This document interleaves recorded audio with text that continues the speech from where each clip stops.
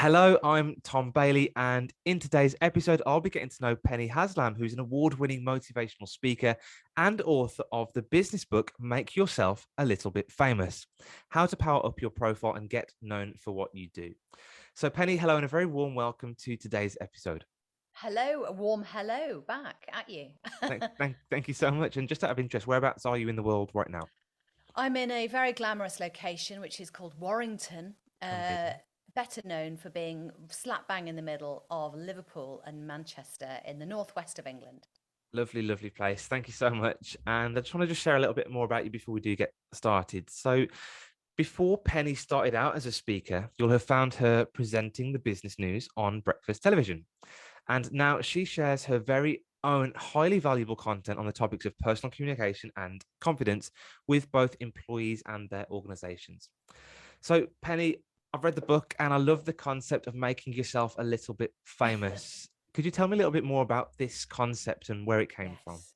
Yeah, so this is one of those titles of a book. And in fact, something that you might fetch for 10 years. You might be thinking about it. So the guy who wrote Men Are From Mars, Women Are From Venus, apparently the title took 10 years. Yeah. And it did take me a good few years to come up with this title. And it wasn't born out of some sort of creativity session. It was born out of frustration. So I was on the call I was on the phone with someone who was trying to help me write some content. And we hadn't started working together yet.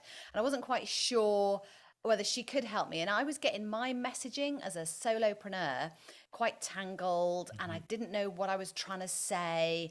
And I knew I wanted to help people with all sorts of things to do with raising their profile, sharing their expertise, that kind of thing. And it was all a bit dry.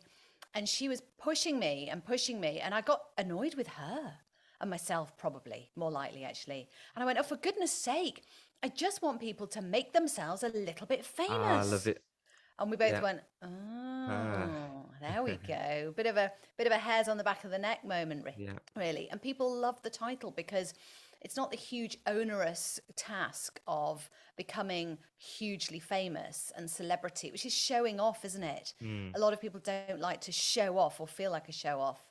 But nor is it being a best kept secret. And that's the danger, isn't it, when you're in business on your own, is that you're so busy that you don't have time to share your expertise, showcase what you can do and how you can help. Yeah. So that's what I hope to introduce people to, is the idea of getting out there I love it. without feeling like an idiot. Yeah, I love it. And I'm sure a lot of the audience will resonate with that because, some of the people that I speak to they're amazing at what they do, but they just do feel like the best kept secret in the world, like you said. So this concept of being able to get yourself out there, build your credibility, reputation, your personal brand is so important. Now I have read the book, but what are some of the key things that people can do to make themselves a little bit more famous?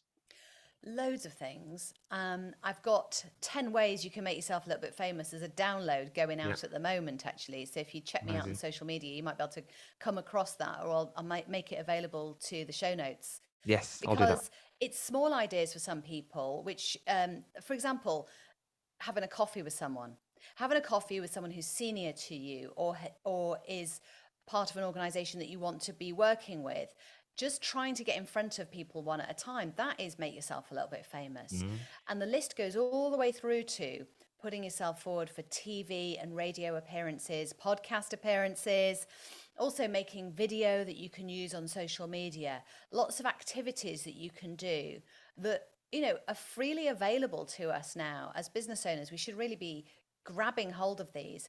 And things like the media and being on TV is perfect for solopreneurs, entrepreneurs, coaches, consultants, because the media really needs experts. And I say experts, it just needs people who have got some experience and knowledge. And I think most of us have experience and knowledge, and they've got hours of airtime that needs filling. So yeah. in my book, I really help make the bridge between, oh, who am I to go on TV and radio with my little bit of knowledge that I've got and experience? Well, actually, you're really required to help Mhm. out the journalists and the radio producers and TV people. And I've helped loads of people appear on TV and radio, but also speaking, treading the boards, whether it's a local networking event where you do a 15-minute talk, or whether you're working more towards becoming a paid speaker like I am, where you maybe deliver great content for 45 minutes, an hour, half a day. whatever it is. But it's all about trying to get yourself out there as the figurehead of your business, making yourself a little bit famous. So basically, I mean, it's not new stuff, is it? But people get to know you, like you, and trust you. Now, this all came for me into sort of fruition when I set up my own business. So I'd been on TV, I was Hmm. talking about the business news, and that was all right to a point, a bit boring. Footsie's up, footsie's down, stock markets are doing this, don't really care. Um, so when I set up in business, I needed to find customers. I went to my first ever networking event thinking that's how you do it. This is how you take your business to the next level. And unfortunately, I didn't quite know how to do it very well. I was very nervous, very nervous. And I spoke to someone for 20 minutes. I spoke at someone for 20 minutes and remembered eventually that I should ask them a question. Yeah. And I said, "So, what do you do?" And she said, "Well, I'm not really meant to be here. I'm just with the photographer helping out." I thought, what a waste of my time. Yeah. I apologized to her for wasting her time, obviously, but what a waste of my time. A few weeks later, I got asked to go and speak at a networking event. Ooh, now, surely I could transfer my on air skills to in front of a small group of people, put some stuff together, say it. I did it, and I shook hands with the whole room in one go. My talk was terrible, by the way. It wasn't great in any great shape. It didn't seed in any ideas. I didn't convert any people in the Mhm. room into customers. I just raised my own profile a little bit. So since then, I've learned how to be more strategic with things like going on TV and radio.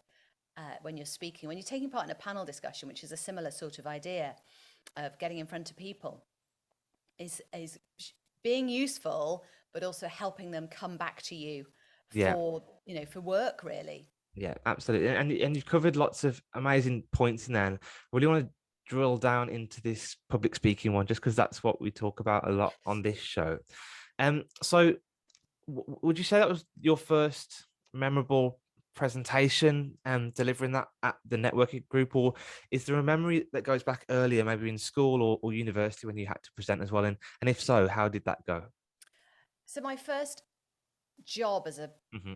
stage speaker, Yeah. I was paid, and I was Oh. asked to do it because I was on telly. Look, Hmm. they approach you, don't they, when you're on telly? They go, Mm. "You're a speaker. You can do this on telly. You can speak to our audience live." No, you can't. So I ended up with a 13-page script full of ideas, quite good Hmm. ideas, but they weren't strung together very well.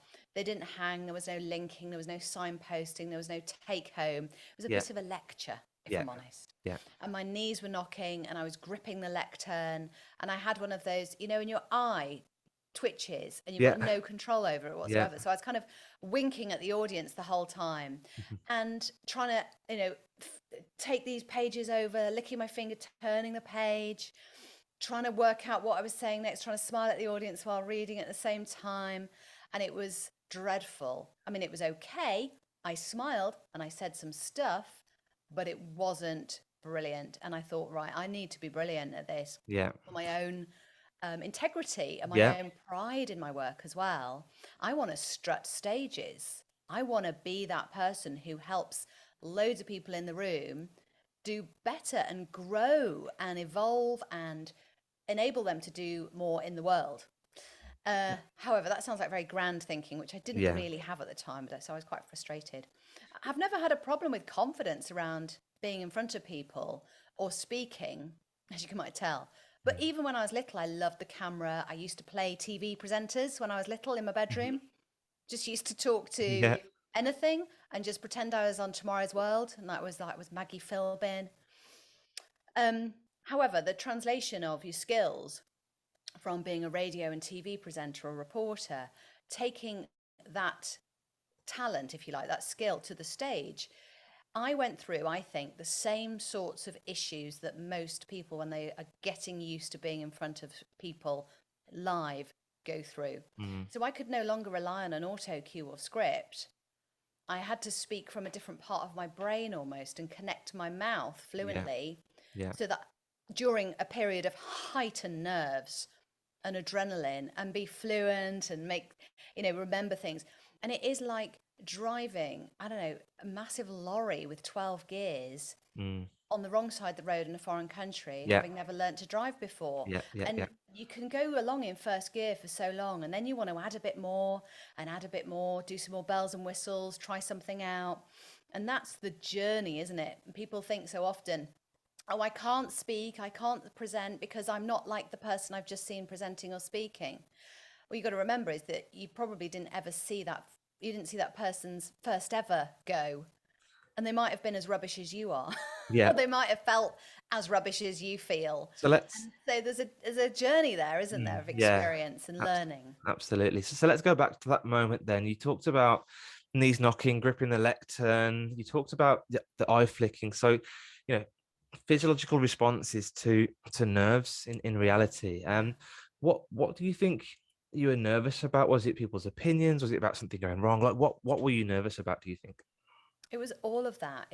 Did my message land? Was I Mm, relatable? Did it make sense? Is it coherent? Does it hang together well as a story? I didn't know these things. And the lack of experience. You need almost like a pilot, you need some flying time yeah, under you your do. belt, don't you, before you Yeah. can really get your Mm, license. Same as with speaking. So to do a run through on stage in front of 500 people, it's not really very comfortable. And no. no matter how many times you practice in your bedroom with a hairbrush in your hand, looking in the mirror, it's not quite the same as that experience of being in a massive room. So those worries are just heightened at the beginning of your journey. They don't Yeah. necessarily go away, but you Mm. can correct them. And But and that's what I was worried about. I was worried, does yeah. this make sense? Mm. Am I just waffling on? I had no idea. Yeah. And I guess for most people, they won't have the problem of their first gig being a paid one in most cases. That Um, was extra pressure, so, I so that suppose, as so well. that was Yeah. that was extra. But you talked about the pilot having their flying time. You know, get out there and speak is the reality. Even if Yeah. it's in front of a room of 10 people, 20 people, 30 people, just start to get the practice in. Because it is a skill that you can learn and you will get Mm. better. But you do need to start somewhere ultimately. Yeah, and I did all of that. I did a Mm. lot of my first couple of years as a speaker. I did loads of free gigs. We call them Yeah. free, but actually, if you can get some value from them, like Mm.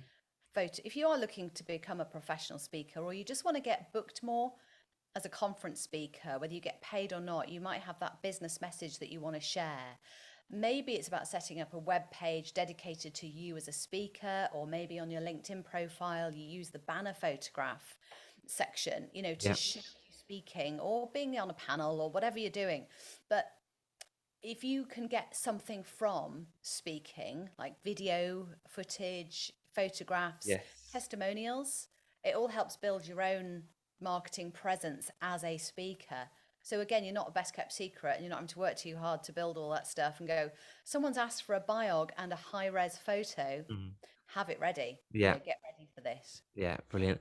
Okay, great. So we've given some advice there to people who want to get paid to speak, which is about that building that presence, the website, the B-roll or whatever you want to call it. What about advice for people who are just starting out, or even for a young Penny? Like, what other than get some air miles and other than practice, what are the tips and advice might you give to somebody starting out as a speaker?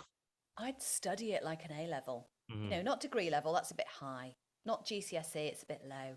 Think A level, right? yeah, And lean into it. And I hate this phrase because it's a Sheryl Sandberg thing and to do with women in business, but the phrase is brilliant and applied well just to learning more stuff. Lean into your I get it. subject. Yeah. Get into your subject and read some books, watch some TED Talks, get a coach. I mean, I had Mhm. that experience of my knees knocking and holding on, gripping onto the lectern. Yeah. And I thought, right, I can't be doing this on my own. I have no idea what I'm doing. So I got a coach to help me, and she shared with me what I've got in the book. Actually, is the presentation planner. It's a Yeah. framework, just being able to be coherent in how you get your message across.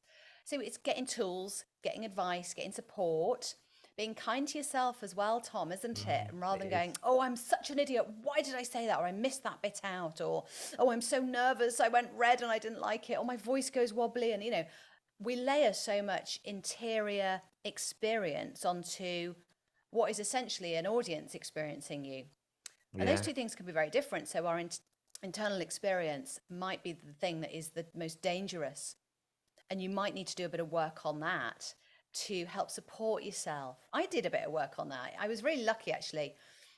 Years ago, I joined the Professional Speaking Association. So I'm in the mix with about Hmm. 650 other like minded professionals. We really should be in competition with each other, but we're not. We're very, very supportive of each other, Yeah. which is lovely. And one of the speakers shared this kind of visualization technique, which at the time I thought was a bit woo woo, a bit okay, well, I'll go along with it. And she said, imagine a time when you had a great time and you were feeling really good and in full flow. And then now grip a bit of your body, like your wrist or your finger, hold on to an anchor point. Nothing too dramatic so the audience can't, doesn't recognize that's Hmm. what you're doing. And then it'll take you back to that time and da da da. And also imagine something that's really glorious on you.